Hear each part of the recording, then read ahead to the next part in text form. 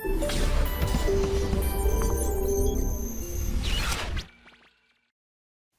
बच्चा लोग, सलाम नमस्ते सत श्री अकाल। मैं हूं आपका बायो टीचर विजय सर। तो प्यारे बच्चों, लास्ट लेक्चर में अपने चैप्टर हेरिडिटी एंड एवोल्यूशन को स्टार्ट किया था। अपन उसके अंदर बेसिक्स और मोनो हाइब्रिड डाइहाइब्रिड क्रॉस के बारे में जाना था।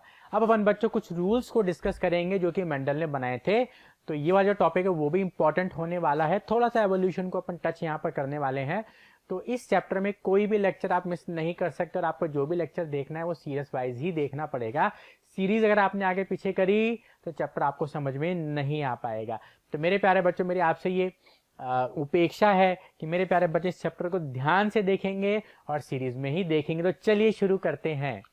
तो सबसे पहले अपन डिस्कस करेंगे लॉस को। तो लॉस डिस्कस करने से पहले the principle of paired factors को अपन समझेंगे। पहले जो मैं बोला उसको समझना बच्चों। जो भी कैरेक्टर होते हैं इंडिविजुअल के अंदर वो सब हमेशा जीन से गवर्न होते हैं। भाई कोई भी कैरेक्टर, जैसे हाइट का कैरेक्टर हो गया, ठीक है, स्किन कलर का कैरेक्टर हो गया, आई कलर का कैरेक्टर हो गया, तो हमेशा ये दो फैक्टर से कंट्रोल होते हैं। उन फैक्टर को जीन्स बोला जाता है। और alternate form of gene are known as allele और अलीलोमॉर्फ। तो मैंने आपको अलील से अलीलोमॉर्फ समझा दिया था। तो अगर मैं हाइट की बात करूं यहां पर, समझना बच्चों, अगर मैं यहां पर हाइट की बात करता हूं बच्चों, तो हाइट दो हो सकती है। या तो टॉल होगा, टॉल को अपन कैपिटल से रिप्रेजेंट करते हैं, या फिर ड्वार्फ होगा, ड्वार्फ को अपन स्मॉल लेटर से रिप्रेजेंट करते हैं। तो दोनों ही जो फैक्टर हैं बच्चों, ये दोनों हाइट को ही रिप्रेजेंट कर रहे हैं। When both the facts are representing height, it means they are alleles, यानी alternate form of gene। Gene किसका है? हाइट का है। एक तो टॉलनेस दे रहा है और एक ड्वार्फनेस दे रहा है। तो दोनों ऑल्टरनेट फॉर्म ऑफ जीन होकर उनको बोलते हैं अलील। तो जो भी कैरेक्टरिस्टिक होती है किसी भी ऑर्गेनिज्म की, बेसिकली उन्हें फैक्टर कंट्रोल करते हैं। फैक्टर को बोलते हैं जीन, और जीन हमेशा पेयर के अंदर होते हैं। बस ये बात ध्यान रखना। अगर सिमिलर हैं, जैसे कैपिटल टी स्मॉल टी, तो उसको बोलेंगे अपन होमोजाइगस, क्योंकि सिमिलर है। और अलग अलग हो जाएंगे तो उन्हें हेटेरोजाइगस बोलेंगे। तो ये बात बच्चों अपन डिस्कस ऑलरेडी कर चुके हैं। तो प्रिंसिपल ऑफ पेयर्ड फैक्टर, बात से पता पड़ रहा है पेयर्ड फैक्टर, यानी जो फैक्टर होते हैं वो हमेशा पेयर में रहते हैं। And alternate form of gene are known as allele. भाई होमोजाइगस भी सिचुएशन हो सकती है जिसमें दोनों ही अलील सेम हो, और हेटेरोजाइगस भी हो सकती है जिसमें दोनों अलील अलग अलग हो सकते हैं। अलग अलग यानी ऑल्टरनेट, ऐसा नहीं एक हाइट का और एक कलर का, ऐसा नहीं होगा। ऑल्टरनेट हो सकते हैं, यानी एक टॉलनेस का एक ड्वार्फनेस का। तो ऐसे हेटेरोजाइगस सिचुएशन यहाँ पर आ सकती है।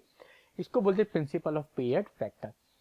अब मेंडल ने 3 लॉज बनाए थे बेसिकली, ठीक है। तो पहला है मेंडल्स लॉ ऑफ डोमिनेंस।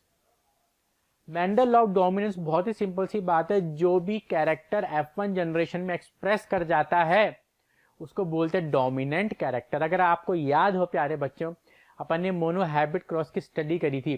तो मोनो हाइब्रिड क्रॉस में बच्चों, अगर मैं आपको याद दिलाना चाहूं, तो वहां पर जो F1 जनरेशन आई थी उसके अंदर आपको ये वाला कॉम्बिनेशन देखने को मिला था। हेटेरोजाइगस टॉल अपन को देखने को। मोनो हाइब्रिड के क्रॉस में जो F1 जनरेशन थी, अगर आप याद करेंगे, उसमें प्योर प्लांट लिए गए थे। तो टॉल प्योर प्लांट था और एक ड्वार्फ प्योर प्लांट था। तो पहले फॉर्मेशन ऑफ गैमीट्स होता है जिसमें अलग अलग हो जाते हैं, उसके बाद उनके बीच में क्रॉस होता है, या बोल दो ब्रीडिंग होती है, या रिप्रोडक्शन होता है, या फर्टिलाइजेशन होता है। तो F1 जनरेशन में अपन को 4 इंडिविजुअल या 4 हाइब्रिड मिले थे, और ये चारों ही टॉल थे, लेकिन ये हेटेरोजाइगस टॉल थे। तो यानी टॉलनेस का जो ट्रेट था वो फर्स्ट जनरेशन में देखने को मिला F1 जनरेशन में। तो जो टॉलनेस है वो क्या हो जाएगी? डोमिनेंट हो जाएगी। तो जो भी कैरेक्टर आपको F1 जनरेशन में देखने को मिलता है वो होता है डोमिनेंट कैरेक्टर। यही है मेंडल्स लॉ ऑफ डोमिनेंस। जब भी दो होमोजाइगस इंडिविजुअल्स, अपन ने 2 लिए थे, एक तो प्योर टॉल था और एक प्योर ड्वार्फ था, दोनों होमोजाइगस थे, के बीच में अपन क्रॉस करवाते हैं, तो जो कैरेक्टर अपीयर आते हैं F1 हाइब्रिड में, जो सबसे पहले आते हैं उन्हें डोमिनेंट बोलते हैं, जो नहीं आ पाते उन्हें रेसेसिव बोला जाता है। रेसेसिव फिर लेटर ऑन F2 जनरेशन में अपीयर हो जाते हैं। तो सिंपल शब्दों में आपको समझाना चाहूँ, वो कैरेक्टर जो F1 जनरेशन में एक्सप्रेस कर जाते हैं उन्हें डोमिनेंट बोलते हैं, और जो F1 जनरेशन में न एक्सप्रेस करके F2 जनरेशन में दिखने लगते हैं उन्हें बोलते हैं अपन रेसेसिव कैरेक्टर।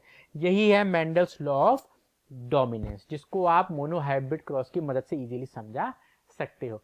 चलिए बच्चों अब आगे पढ़ते हैं अपन मेंडल्स लॉ ऑफ सेग्रीगेशन। इस बात का आपको ध्यान रखना है कि इसे Mendel's first law of heredity भी बोला गया है। यहां पर आपको स्टार लगाना है बच्चों। तो चिंटू बेटा, जल्दी से चिंटू को अपन बुलाते हैं। Mendel's first law of heredity क्या है? चिंटू बोलेगा sir Mendel's law of dominance को मेंडल का फर्स्ट लॉ ऑफ हेरिडिटी नहीं बोलते। मेंडल्स लॉ ऑफ डोमिनेंस को मेंडल का फर्स्ट लॉ ऑफ हेरिडिटी नहीं बोलते हैं। जो मेंडल्स का लॉ ऑफ सेग्रीगेशन है, जिसको अपन सेकंड नंबर पे पढ़ते हैं, उसे ही बोला जाता है Mendel's first law of heredity. देखिए, पहले आपने पढ़ा लॉ ऑफ डोमिनेंस, पहले नंबर पे ये पढ़ा। फिर दूसरे नंबर पर आपने मेंडल्स लॉ ऑफ सेग्रीगेशन है दूसरे नंबर पे, लेकिन बोला जाता है Mendel's first law of heredity. इसको एक और नाम से भी जाना जाता है, इसको बोलते हैं law of purity of gametes. अभी मैं समझा तो बहुत ईजी है प्यारे बच्चों। बच्चों जब भी अपन क्रॉस करते हैं, देखिए अगर मैं आगे समझाऊं, यहां पर आपको समझना है कि जब भी ये दोनों प्योर हैं, होमोजाइगस है, इसको देखिए दोनों होमोजाइगस है, they both are homozygous।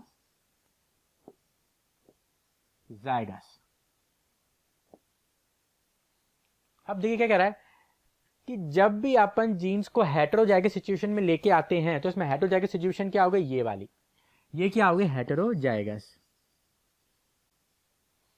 पहले आपने क्या करा? दो प्योर प्लांट ले ली, एक तो है राउंड येलो, दूसरा रिंकल्ड ग्रीन। जब इनके बीच में क्रॉस करवाए तो हेटेरोजाइगस सिचुएशन आई। तो जब भी जीन्स हेटेरोजाइगस सिचुएशन में आते हैं तो वो बिल्कुल वैसे ही रहते हैं, उनमें कोई भी कंटामिनेशन देखने को नहीं मिलता है। लेकिन जैसे ही यहाँ पर जीन फॉर्मेशन होता है, गैमीट फॉर्मेशन होता है, तभी आपस में अलग अलग हो जाते हैं। हो गए ना अलग अलग? 1 2 3 4। तो इसी को बोलते हैं लॉ ऑफ सेग्रीगेशन। सेग्रीगेट यानी अलग अलग हो जाना। इसको आप मोनोहाइब्रिड क्रॉस से भी समझा सकते हो बच्चों। जब आप किसी भी दो प्योर प्लांट के बीच में क्रॉस करवाते हो, देखो एक तो दोनों होमोजाइगस हैं, ये तो हो गया टॉल और ये हो गया ड्वार्फ। जब दोनों के बीच में अपन ने क्रॉस करवाया था तो अपन को F1 में ये मिला था, capital T and small T. F1 generation में याद करो, मैंने पीछे भी आपको बताया, F1 जनरेशन में अपन को ये चारों इंडिविजुअल मिले थे। तो जब दो अलग अलग कैरेक्टर साथ में आते हैं हेटेरोजाइगस सिचुएशन में, तो ये इसी तरीके से में कोई कंटामिनेशन नहीं होता है, एज इट इज रहते हैं। लेकिन जैसे गैमीट फॉर्मेशन होता है तो वापस से अलग अलग हो जाते हैं। ये अलग अलग हो जाएंगे कैसे? यहाँ पे कैपिटल टी, यहाँ पर स्मॉल टी, तो ऐसे सेपरेट हो जाते हैं गैमीट। तो इसी को बोलते हैं लॉ ऑफ सेग्रीगेशन। सरल भाषा में भाई, जब भी अपन F1 जनरेशन को ऑब्जर्व करते हैं तो वो हेटेरोजाइगस होती है, तो उसमें जो जीन्स होते हैं, या फिर मैं बोलूँ सरल भाषा में जो अलील्स होते हैं, वो सेम रहते हैं, यानी इंटैक्ट रहते हैं, कोई इसमें कंटामिनेशन नहीं होता है। लेकिन जब गैमीट फॉर्मेशन होता है तो अलग अलग हो जाता है। अलग अलग यानी अलग अलग होने को ही बोलते हैं सेग्रीगेट होना। इसी को बोला जाता है लॉ ऑफ सेग्रीगेशन। व्हेन, ध्यान से पढ़ना, when a pair of contrasting factor और जीन और allele are bred together in a heterozygous condition. जब भी अलील को जब आप हेटेरोजाइगस कंडीशन में लेके आते हो, जैसे कि ये है, तो ये साथ में रहते हैं, इनमें कोई भी चेंजेस या कंटामिनेशन नहीं आता। लेकिन जैसे गैमीट फॉर्मेशन होना होता है तो आपस में अलग अलग हो जाते हैं। तो इसी अलग अलग होने को ही सेग्रीगेशन बोलते हैं। यहाँ पे कंटामिनेशन मतलब है मिक्सिंग ऑफ जीन। यहाँ पे कोई मिक्स नहीं हो रहा है, हर एक अपने आप में इंडिविजुअल, यहाँ पे कोई मिक्सिंग नहीं हो रही है। ऐसा नहीं येलो येलो मिल गए, येलो ग्रीन मिलके कुछ अलग ही कलर निकाल के आ गया, ऐसा नहीं होगा। देखो राउंड येलो, रिंकल्ड ग्रीन, अब दोनों को अपन हेटेरोजाइगस सिचुएशन में लाते हैं, थोड़ा ना कि राउंड और येलो और ग्रीन मिलके कोई पिंक कलर निकाल दिया, ऐसा नहीं होगा। कोई भी कंटामिनेशन नहीं होगा। कंटामिनेशन मतलब यहाँ पे कोई मिक्सिंग वगैरह या फिर कुछ अदर चीज का प्रोड्यूस होना होता है, तो कोई भी कंटामिनेशन नहीं होता है। जब भी अपन दो एलील को एक हेटेरोजाइगस सिचुएशन में लाते हैं तो कोई भी कंटामिनेशन नहीं होता है, ठीक है। और जब गैमीट फॉर्मेशन होता है तो ये आपस में एक दूसरे से अलग अलग हो जाते हैं। इसी को बोलते हैं अपन लॉ ऑफ सेग्रीगेशन या law of purity of gametes, या फिर Mendel's first law of inheritance. आप चाहो तो मेंडल्स लॉ ऑफ डोमिनेंस को मोनोहाइब्रिड क्रॉस की मदद से समझा सकते हो। अगर मैं यहाँ पे बात करूँ मेंडल्स लॉ ऑफ सेग्रीगेशन, तो इसमें आप चाहो तो डाइहाइब्रिड क्रॉस ले लो या फिर मोनोहाइब्रिड क्रॉस भी ले सकते हो।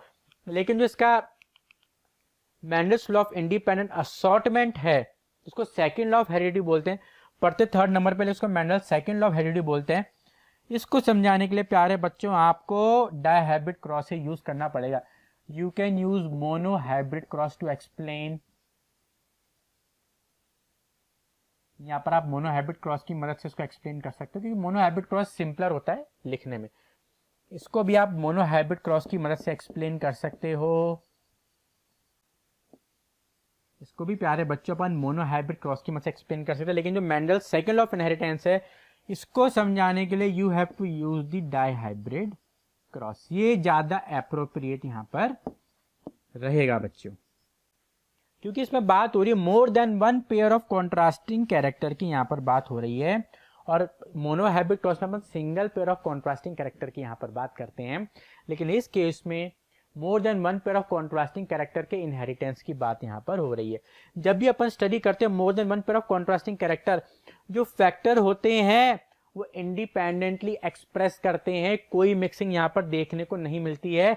इससे लॉ ऑफ इंडिपेंडेंट असॉर्टमेंट, अपने आप को एक्सप्रेस करते हैं इंडिपेंडेंटली, डिपेंडेंट नहीं होते, मिक्सिंग नहीं होती, इंडिपेंडेंट असॉर्ट करते हैं। देखिए अगर यहां पर देखिए अपन, राउंड येलो रिंकल्ड ग्रीन, यानी कि राउंड भी है, येलो भी है, रिंकल्ड भी है, ग्रीन भी है, चार अपने पास कैरेक्टरिस्टिक है, राउंड, येलो, रिंकल्ड, ग्रीन।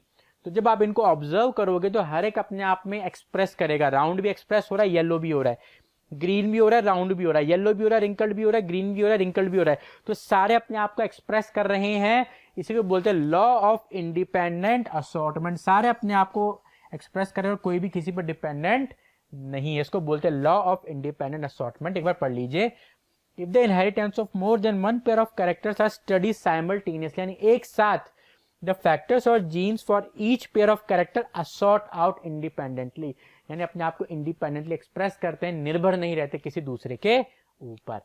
तो ये बच्चों अपने मेंडल्स के लॉस पहले अपने डिस्कस किया था, मेंडल्स लॉ ऑफ डोमिनेंस जो पहले नंबर पे पढ़ा था, दूसरा पढ़ा था अपने लॉ ऑफ सेग्रीगेशन या law of purity of gametes, जिसको प्यारे बच्चों Mendel's first law of heredity भी बोला गया है। उसके बाद प्यारे बच्चों अपन ने पढ़ा Mendel's law of independent assortment, जिसको बोला अपन ने Mendel's second law of heredity. तो हालांकि नंबर आगे पीछे हो रहे, लेकिन आपको याद होना चाहिए कि मेंडल्स लॉ ऑफ सेग्रीगेशन उसको मेंडल्स फर्स्ट लॉ बोलते हैं, और जो लॉ ऑफ असॉर्टमेंट है, लॉ ऑफ इंडिपेंडेंट असॉर्टमेंट है मेंडल का, उसे Mendel's second law of heredity बोला जाता है। तो चलिए बच्चों अब आगे बढ़ते हैं अपन। ये है सेक्स डिटर्मिनेशन इन ह्यूमंस। देखिए इस बात को आपको समझना होगा बच्चों। व्हाट वी डू, हम ब्लेम करते हैं फीमेल्स को, we blame females, we blame our wives. बहुत गलत बात है बच्चों, ये बात आपको जाननी होगी। इंडिया में ये चीज बहुत आम है, इंडिया, और जैसे मैं बात करूं इंडिया हो गया, पाकिस्तान हो गया, तो यहाँ पर ये चीज बहुत प्रेवलेंट है और अभी भी है। अपन लोग बोलते हैं हम बहुत एडवांस हो गए, हम बहुत मॉडर्न हो गए, हम डेवलप हो गए, हम डेवलपिंग स्टेज के अंदर जा रहे हैं, हमारे पास नेटफ्लिक्स है, क्या कुछ नहीं, लेकिन अभी भी बच्चों मानसिकता कुछ लोगों की नहीं बदली है। क्यों? अगर अपन यहाँ पर देखें कि आज भी अगर फीमेल गर्ल या फीमेल चाइल्ड बॉर्न होता है तो अपन ब्लेम करते हैं मम्मी को, वाइफ को, कि तुम्हारी वजह से लड़की दोबारा पैदा हो गई। क्यों भाई? क्या लड़की इंसान नहीं है?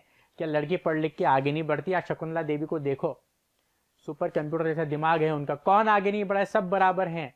हालांकि लोगों के सोच विचार में बदलाव आया है, लेकिन जो पुरानी पीढ़ी है, सारे लोगों की बात नहीं कर रहा मैं, देखो अपन सबको ब्लेम नहीं करते, लेकिन कुछ एक लोग ऐसे हैं जिनकी वजह से जो है नाम खराब हो जाता है पूरी सोसाइटी का।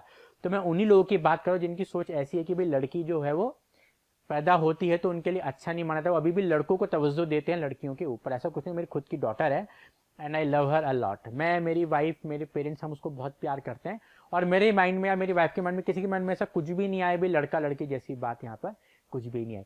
तो विचारधारा बदल रही है, लेकिन अभी भी कुछ कोटि के लोग ऐसे हैं जिनकी विचारधारा नहीं बदल रही है और उनको बदलने की जरूरत है।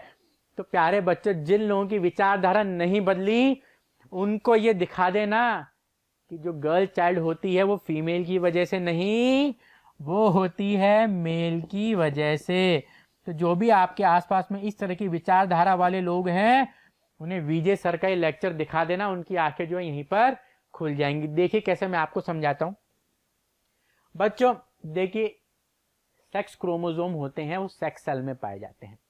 अगर मैं मेल की, यहाँ पे फादर है, इसको मैं मेल बोल देता हूं, जो फादर मेल उसके पास सेक्स क्रोमोसोम होते हैं XY, और जो मदर होती है उसके पास सेक्स क्रोमोसोम होते हैं XX।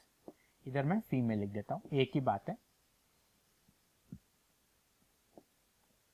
अब यहाँ पे देखोगे मदर के पास सिर्फ XX ही है और फादर के पास XY है, तो यानी अब जो आपका जो गैमीट होता है उसके अंदर एक ही क्रोमोसोम जाएगा, या तो X जाएगा या फिर Y जाएगा। गैमीट के अंदर only one chromosome will go.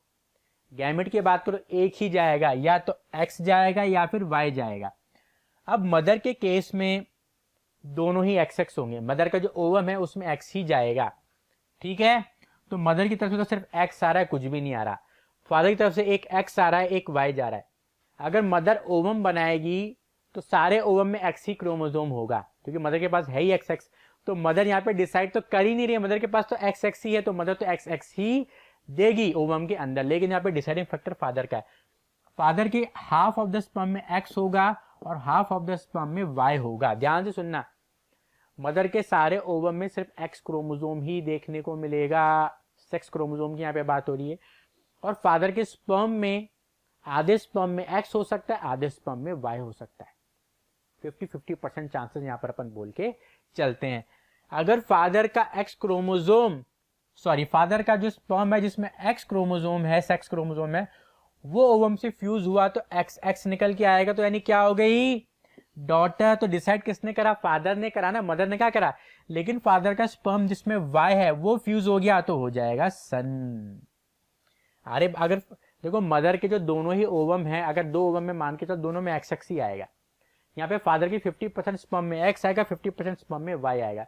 अगर वो स्पर्म जिसमें X है वो मदर के ओवम से फ्यूज होगा तो XX बनेगा यानी डॉटर, और वो स्पर्म फादर का जिसमें Y है वो मदर के ओवम से फ्यूज करेगा तो XY कॉम्बिनेशन आएगा तो बन गया सन।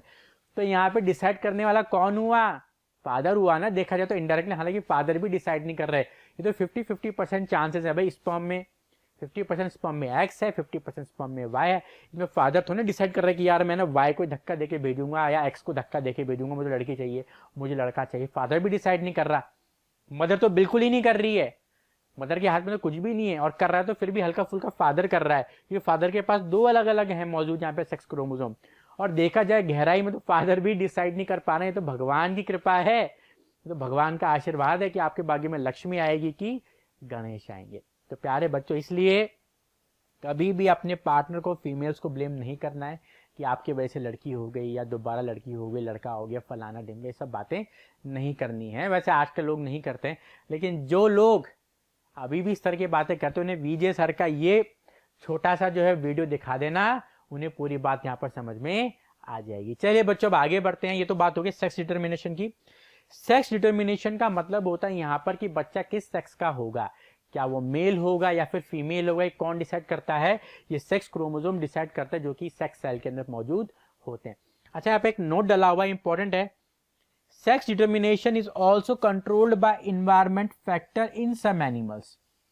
ये सारे एनिमल्स की बात यहाँ पर नहीं हो रही है, कुछ स्पेशल स्पेसिफिक एनिमल्स हैं जिनमें जो इन्वायरमेंटल फैक्टर्स होते हैं वो डिसाइड करते हैं कि भाई सेक्स क्या हो सकता है। देखिए जानते, इंटरेस्टिंग है। जैसे टर्टल की मैं बात करूं, हाई इंक्यूबेशन टेम्परेचर से क्या होगा, फीमेल होगी। और वहीं पे छिपकली में हाई इंक्यूबेशन टेम्परेचर से क्या हो जाएगा, मेल हो जाएगा। तो देखिए टर्टल में हाई इंक्यूबेशन टेम्परेचर से फीमेल हो जाती है, और लिजर्ड में, छिपकली में हाई इंक्यूबेशन टेम्परेचर से मेल हो जाता है। तो ये बहुत विरला होते हैं, बहुत स्पेसिफिक केसेस होते हैं, लिमिटेड होते हैं, लेकिन आमतौर पे सेक्स क्रोमोसोम ही डिसाइड करते हैं बेबी का सेक्स। चलिए बच्चों अब अपन यहीं पे आगे बढ़ते हैं थोड़ा सा। अब इनहेरिटेंस ऑफ ABO ग्रुप्स की यहाँ पे बात करो। मैं आपको बता दूं बच्चों, आमतौर पर जो ब्लड ग्रुप देखे जाते हैं वो 4 होते हैं। आमतौर पे बच्चों जो ब्लड ग्रुप देखने को मिलते हैं वो 4 ही होते हैं।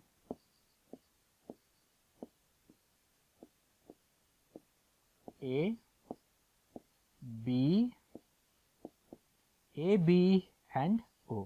तो आमतौर पे 4 ब्लड ग्रुप ही ह्यूमंस के अंदर देखने को मिलते हैं। एक और होता है गोल्डन ब्लड, तो उसकी बात अपन यहाँ पर नहीं करेंगे, वो अलग ही चीज़ है जो अपने सिलेबस में क्रैश कोर्स पढ़ रहे, तो अपन वही बात करेंगे जो कि स्पेसिफिक होगी। तो ह्यूमंस में आपको जनरली 4 ही ब्लड ग्रुप देखने को मिलते हैं, AB और O। देखिए मैंने आपको पढ़ाया था कि जो जीन्स होते हैं, वो जो भी कैरेक्टर होता है वो जीन कंट्रोल करते हैं, और जीन हमेशा पेयर पे होते हैं। आमतौर पे 2 जीन होते हैं, लेकिन इस केस में 3 जीन होते हैं। स्पेशल केस में बताता हूँ कौन कौन से। एक तो हो गया IA, एक हो गया आई बी और एक हो गया आई ओ। मैं ए को थोड़ा सा प्रॉपरली लिखता हूं बच्चों, ताकि आपको जरा से भी समस्या नहीं आए देखने में। तो यहाँ पर आई ए में लिख देता हूं। तो 3 तरह के जीन्स होते हैं, आई ए, आई बी और आई ओ। यही डिसाइड करते हैं कि जो बेबी है उसका ब्लड ग्रुप क्या हो सकता है। यहाँ पे मैं आपको बता दूं, जो आई ए होता है ये होता है डोमिनेंट, बी भी क्या होता है डोमिनेंट, लेकिन जो ओ होता है वो क्या होता है रेसेसिव। ए डोमिनेंट, बी डोमिनेंट, ओ रेसेसिव। चिंटू बेटा जल्दी बता, ए क्या होता है सर डोमिनेंट, बी क्या होता है सर वो भी डोमिनेंट, और ओ क्या होता है रेसेसिव होता है। तो ये बात अगर आपको याद हो जाएगी तो आपको कहीं से लेके कहीं तक इसमें दिक्कत नहीं आने वाली है। तो अब कॉम्बिनेशन कैसे बैठता है बच्चों, इस टेबल के जरिए अपन समझेंगे। अगर मदर की तरफ से ए आ रहा है और फादर की तरफ से ए आ रहा है, डोमिनेंट है, तो ऑब्वियसली बात है ब्लड ग्रुप अपन को ए मिलेगा। मदर की तरफ से ए आ रहा है, फादर की तरफ से बी आ रहा है। अब यहाँ पर ट्विस्ट है प्यारे बच्चों, देखिए मैंने बोला ए भी डोमिनेंट है और बी भी डोमिनेंट है। अब मैंने बोला डोमिनेंट तो अपने आप को एक्सप्रेस करेगा चाहे कोई हो या फिर ना हो। जब ब्लड ग्रुप के केस में, स्पेशल केस में जब दोनों ही डोमिनेंट आते हैं तो यहाँ पर ब्लड ग्रुप ए भी निकल के आता है, उसको बोला जाता है कोडोमिनेंस। क्या बोलते हैं बच्चों को डोमिनेंस, साथ में है इसलिए बोला को डोमिनेंस। तो जो ए बी वाला केस है बच्चों उसको बोला जाता है को डोमिनेंस। ये बात आप ध्यान रखना, क्योंकि दोनों ही डोमिनेंट है, ए भी डोमिनेंट है बी भी डोमिनेंट है, तो ब्लड ग्रुप ए भी निकल के यहाँ पर आएगा। मदर की तरफ से ए, फादर की तरफ से ओ, कॉम्बिनेशन आएगा ए तो ब्लड ग्रुप निकल के आएगा ए, क्योंकि ओ रेसेसिव है, और रेसेसिव तभी एक्सप्रेस कर पाता है जब उसके साथ कोई दूसरा रेसेसिव मौजूद हो। देखिए शेर अकेले आता है, झुंड में तो आपको पता है कौन आते हैं। तो जब शेर यहाँ पर आ गया तो झुंड वाले बेचारे क्या कर पाएंगे, शेर की ही यहाँ पर चलेगी।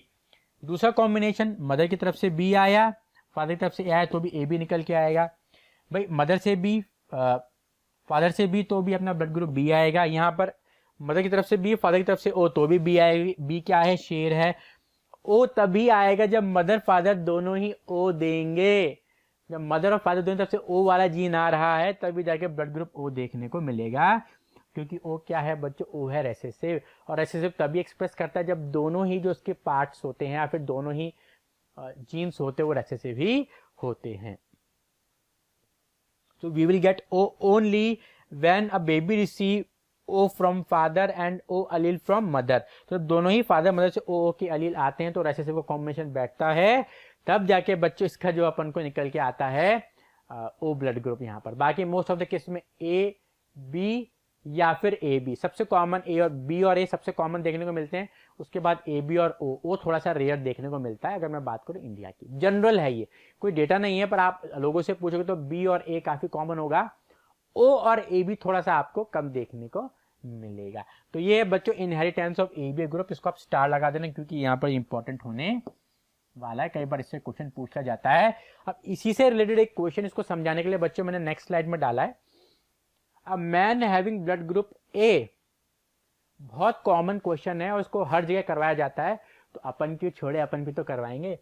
A man having blood group A marries a woman having blood group O and they have a child, what will be the blood group of child। भाई अपन को पता है ब्लड ग्रुप O तभी आता है जब दोनों ही अलील रेसेसिव होते हैं, यानी मदर का अपन को पता पड़ गया आईओ आईओ है, फादर का आई ए भी हो सकता है और आई ए आई ओ भी हो सकता है। समझाता हूं मैं आपको। अब इसमें दो केस बन सकते हैं, ध्यान से देखना बच्चों। यहाँ पर मैं केस फर्स्ट की बात करता हूं, समझना है अच्छा है, इससे आपका कॉन्सेप्ट क्लियर हो जाएगा। अब फादर का ब्लड ग्रुप ए है तो मैं मान के चलो ये कॉम्बिनेशन हो सकता है, ठीक है, तभी ब्लड ग्रुप ए आया। और मदर का ये कॉम्बिनेशन हो सकता है, मदर का तो ये कॉम्बिनेशन रहेगा क्योंकि दोनों रेसेसिव हैं, तभी मदर का जो है ब्लड ग्रुप ओ निकल के आएगा। अब यहाँ पे केस टू क्या बनता है बच्चों, अगर मैं केस टू की यहाँ पर बात करूं तो केस सेकंड के अंदर प्यारे बच्चों फादर का ब्लड ग्रुप ये भी तो हो सकता है, तभी ब्लड ग्रुप ए आएगा। अगर अपन इन दोनों ही केस में देखिए, मदर का ब्लड ग्रुप ओ है और ओ रेसेसिव है, ओ तभी आएगा जब दोनों ही जो अलील होंगे वो रेसेसिव होंगे। तो मदर का तो ये कॉम्बिनेशन बढ़ेगा तभी आएगा, और किसी कॉम्बिनेशन ब्लड ग्रुप ओ है ही नहीं सकता, तो ये दोनों में कॉमन हो गया। फादर का ब्लड ग्रुप ए इस वे में भी आ सकता है और उस कॉम्बिनेशन में भी आ सकता है। अब ये कह रहा है कि what will be the blood group of child, बच्चे का ब्लड ग्रुप क्या हो सकता है। अगर अपन इस केस की बात करें तो आप देखो, जब अपन को इससे और इसको इससे करवाओगे और इसको इससे, तो आपको 4 रिजल्ट मिलेंगे। देखो, जब मैं इसको इससे करवा रहा हूँ तो 4 यहाँ पे रिजल्ट निकल के आ रहे हैं, आई ए, आई ओ और आई ए, आई ए, आई ओ, ठीक है। यहाँ पर भी वही बात हो जाएगी, सेकंड वाले में भी देखिए, इसको इससे क्रॉस, इसको इससे, देन अगेन इसको इससे, तो सेम ही चीज़ आपको मिलेगी यहाँ पे। तो आपको यहाँ पे 4 रिजल्ट ऑब्टेन हुए बच्चों। चारों में देखिए ए मौजूद है, यानी इस केस में तो बेबी का ब्लड ग्रुप ओ नहीं आ सकता। तो in case 1 no O blood group for baby. तो केस 1 में तो बेबी का ओ ब्लड ग्रुप आ ही नहीं सकता, क्योंकि यहाँ पर डोमिनेंट में लेके चल रहा होगा, ये वाला कॉम्बिनेशन है फादर का, तो चारों ही केसेस में ए आ रहा है और ए डोमिनेंट पर रेसेसिव को चलने ही नहीं देगा।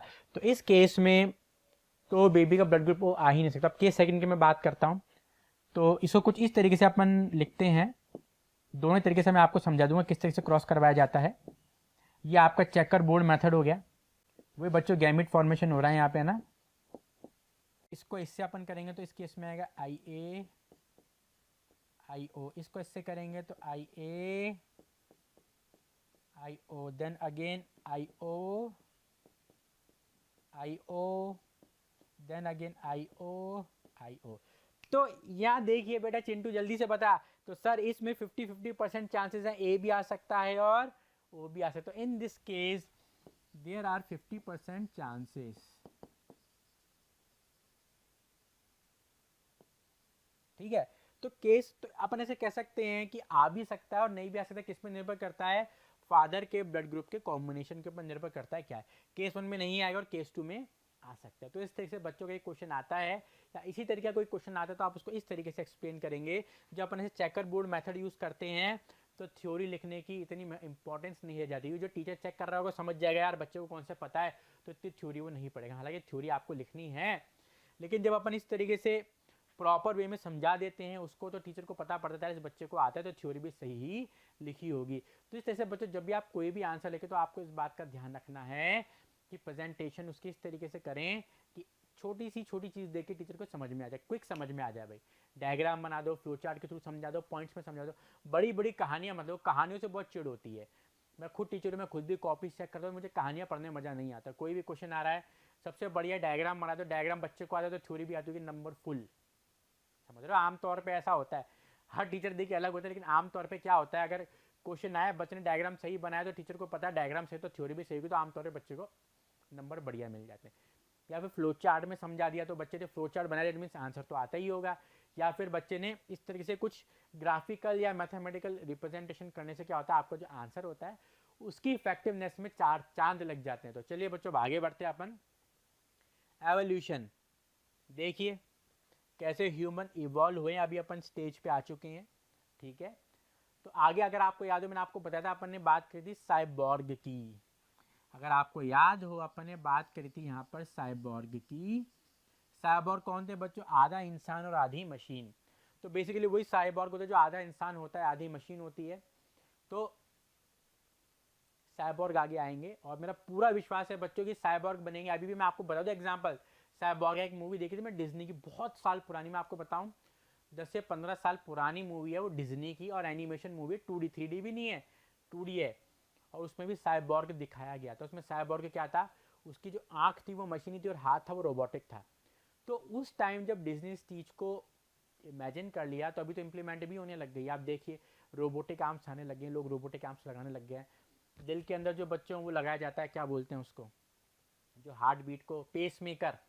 तो हार्ट में पेस मेकर वो भी क्या मशीन है। तो जहाँ पे भी मशीन और इंसान का मिलन होता है और वो एक बन के काम करते हैं उसको साइबॉर्ग बोला जाता है। तो साइबॉर्ग बनने लग गए ऑलरेडी। उसका मोर एडवांस रूप आपको आने वाले जनरेशन में देखने को मिलेगा। देखिए इस जनरेशन में तो नहीं है, चीज़ें धीरे धीरे ही ग्रो करती हैं। तो यही है एवोल्यूशन। तो एवोल्यूशन की सरल भाषा में कैसे बोलते हैं, formation of more complex organism from the simpler body design is known as evolution. एक सिंपल बॉडी डिजाइन से एक बहुत ही कॉम्प्लेक्स बॉडी डिजाइन लेके निकल के आना, जो कि एफिशिएंट भी होता है और एडवांस भी होता है, पुराने डिजाइन से उसको बोलते हैं एवोल्यूशन। तो चलिए आगे बढ़ते हैं अपन।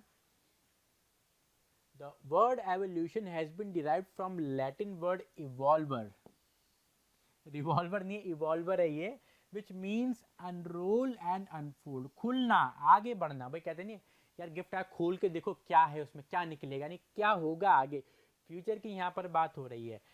सो it is the sequence of gradual changes. भाई ओवरनाइट एक ही रात में कुछ हो नहीं जाएगा, आप मूंगफली थोड़ी ना गला रहे हो जो रात को लगे सुबह फूल गई, मूंगफली नहीं है। एवोल्यूशन होने में मिलियंस ऑफ ईयर्स, सदियां लग जाती हैं। So it is a sequence of gradual changes which takes place in a primitive organism, पुराने ऑर्गेनिज्म में होते हैं, over million of years in which new species are form, एक नई स्पीशी निकल के आती है। क्योंकि देखो बॉडी डिजाइन चेंज हो रहा है तो इट मीन्स बॉडी के अंदर चेंजेस आ रहे हैं, जब बॉडी में चेंजेस आएंगे तो ऑब्वियस सी बात है नई स्पीशी ही बनेगी। तो एवोल्यूशन क्या होता है सरल भाषा में, the formation of more complex organism और more complex body design from the simpler body design और the primitive organism gradually over the period of millions of years. Hindi में भाई एक सिंपल सी बॉडी है या पुराना जानवर है यानी प्रिमिटिव ऑर्गेनिज्म है, पौराणिक जानवर बोल दो और भी अच्छी हिंदी में।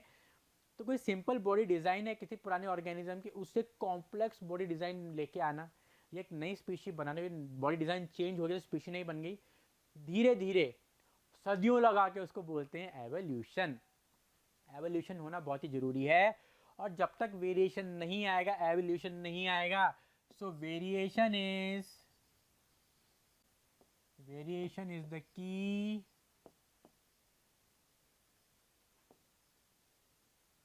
For evolution. अगर वेरिएशन नहीं होगा तो एवोल्यूशन देखने को नहीं मिलेगा। आगे टेरोसॉर, मैं आपको बता दूं टेरोसॉर एक एंशियंट फ्लाइंग रेप्टाइल है, कभी सदियों पहले हुआ करता था, अब नहीं है। ये एक फ्लाइंग रेप्टाइल था जो अर्थ पे 150 मिलियन साल पहले रहा करता था। देखिए कितने पहले की बात हो रही है, इसको फॉसिल के द्वारा पहचाना गया था। ये भी एवोल्यूशन शो कर रहा है, इसने अपनी जिंदगी चालू करी थी एक लिजर्ड से, एक बड़ी छिपकली से, और बाद में ये उड़ने वाला जानवर बन गया। तो हुआ ना एवोल्यूशन, स्पीशी चेंज हो गई, छिपकली से उड़ने वाला जानवर बन गया यानी रेप्टाइल से बर्ड बन गया। तो the formation of more complex body design from a simpler one is known as evolution, और इसको होने में सदियां लग गई। तो ये क्या शो करता है, ये शो करता है कि जो बर्ड्स बने वो रेप्टाइल से ही इवॉल्व होके बने हैं।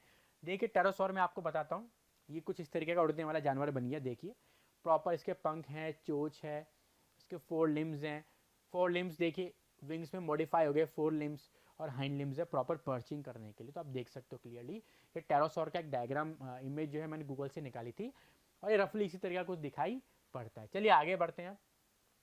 2 तरह के ट्रेट होते हैं, एक्वायर्ड ट्रेट और इनहेरिट ट्रेट। एक्वायर वो जो अपन एक्वायर करते हैं अपनी ज़िंदगी के दौरान, आपने जो भी कर्म किए, आपने लड़ाई करी आपके आँख पे कट लग गया, ठीक है, आपने जिमिंग करी आपकी बॉडी बन गई, आपने किताब पढ़ के लेसन को लर्न कर ली, तो ये सारी चीज़ें आपने एक्वायर करी हैं अपनी हरकतों से या फिर इन्वायरमेंट के इंटरेक्शन से, इसको बोलते हैं एक्वायर्ड ट्रेट। अब ये जो एक्वायर्ड ट्रेट होते हैं ये आपके सेक्स सेल में कोई भी चेंजेस नहीं करते, तो ये आगे भी पास ऑन नहीं होते हैं।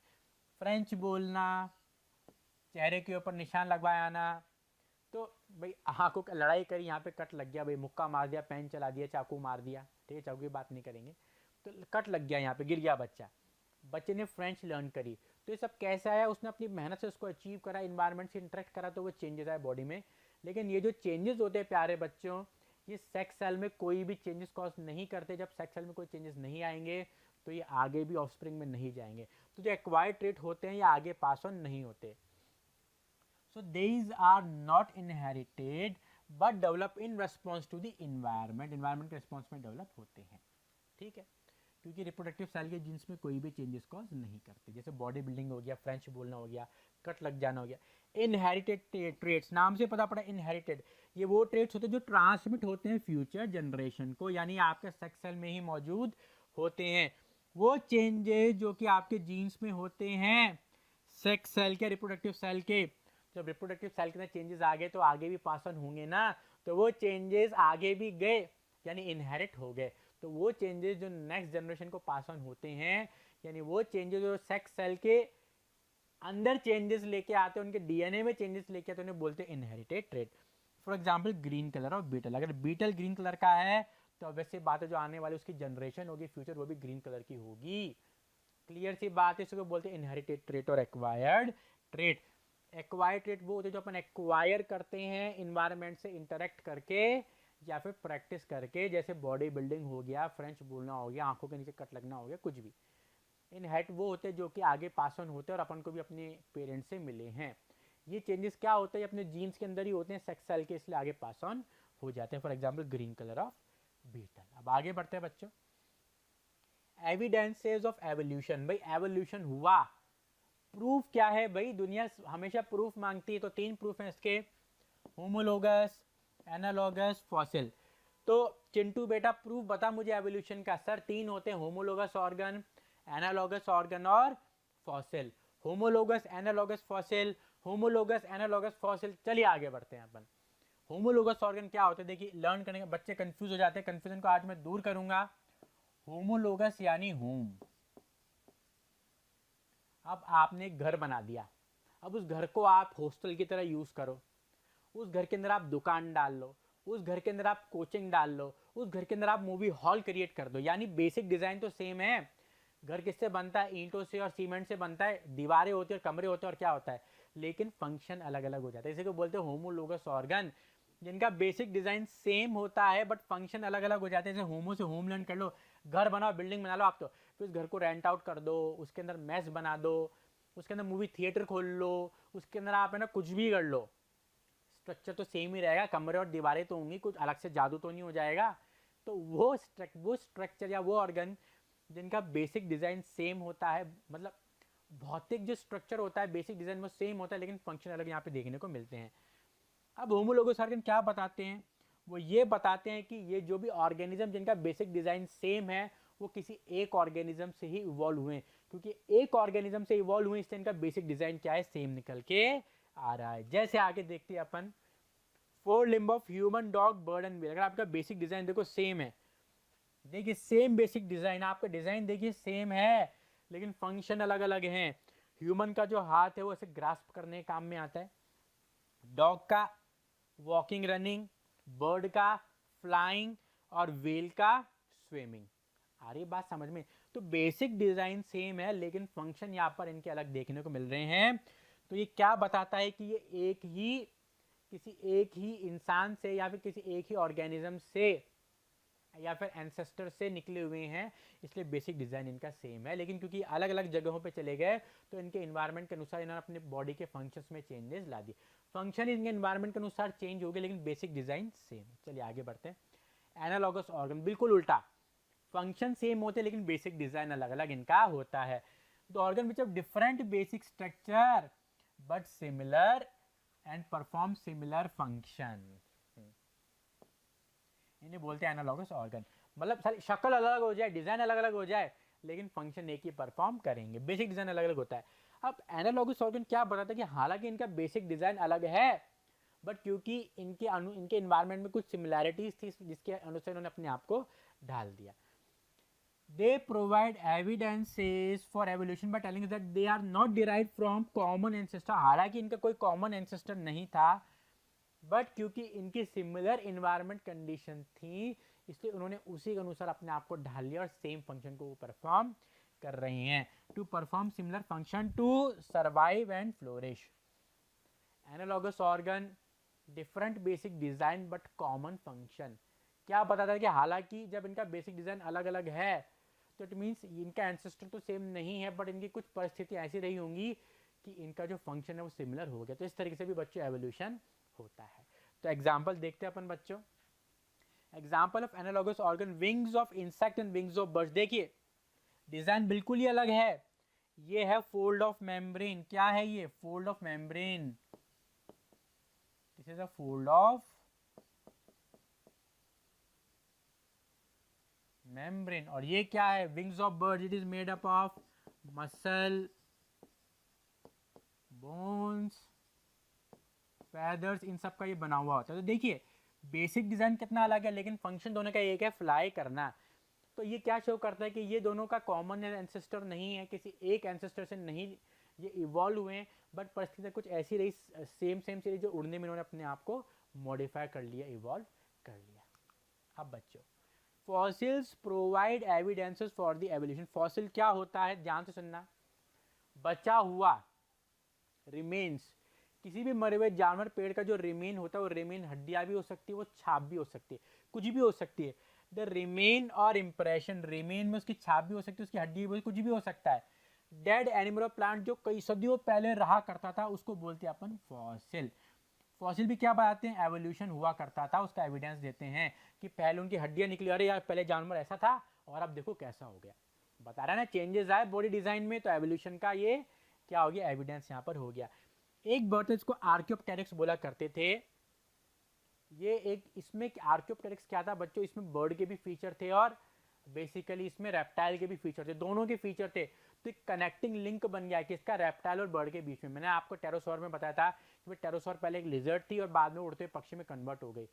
तो इसको प्रूफ कैसे करोगे कन्वर्ट हुई, तो प्रूफ करता है आर्कियोप्टेरिक्स। एक तरीके से आर्कियोप्टेरिक्स एक ऐसा जानवर है जिसमें बर्ड की भी प्रॉपर्टी है, मतलब बर्ड के भी कैरेक्टरिस्टिक्स हैं और लिजर्ड के भी कैरेक्टरिस्टिक्स, यानी कनेक्टिंग लिंक है, कनेक्ट कर रहा है रेप्टाइल को एवीज से या बर्ड से। देखिए कैसे, आगे पूंछ है रेप्टाइल के जैसी, पंख हैं बर्ड्स के जैसे, बीक है पक्षी के जैसी, बीक में दांत हैं रेप्टाइल के जैसे। देखिए पूंछ है रेप्टाइल के जैसी, पंख हैं चिड़िया के जैसे, ये चोंच है चिड़िया के जैसे, दांत है रेप्टाइल के जैसे, दोनों के फीचर, यानी कनेक्ट कर रहा है किसको, it is a connecting link between reptile and birds.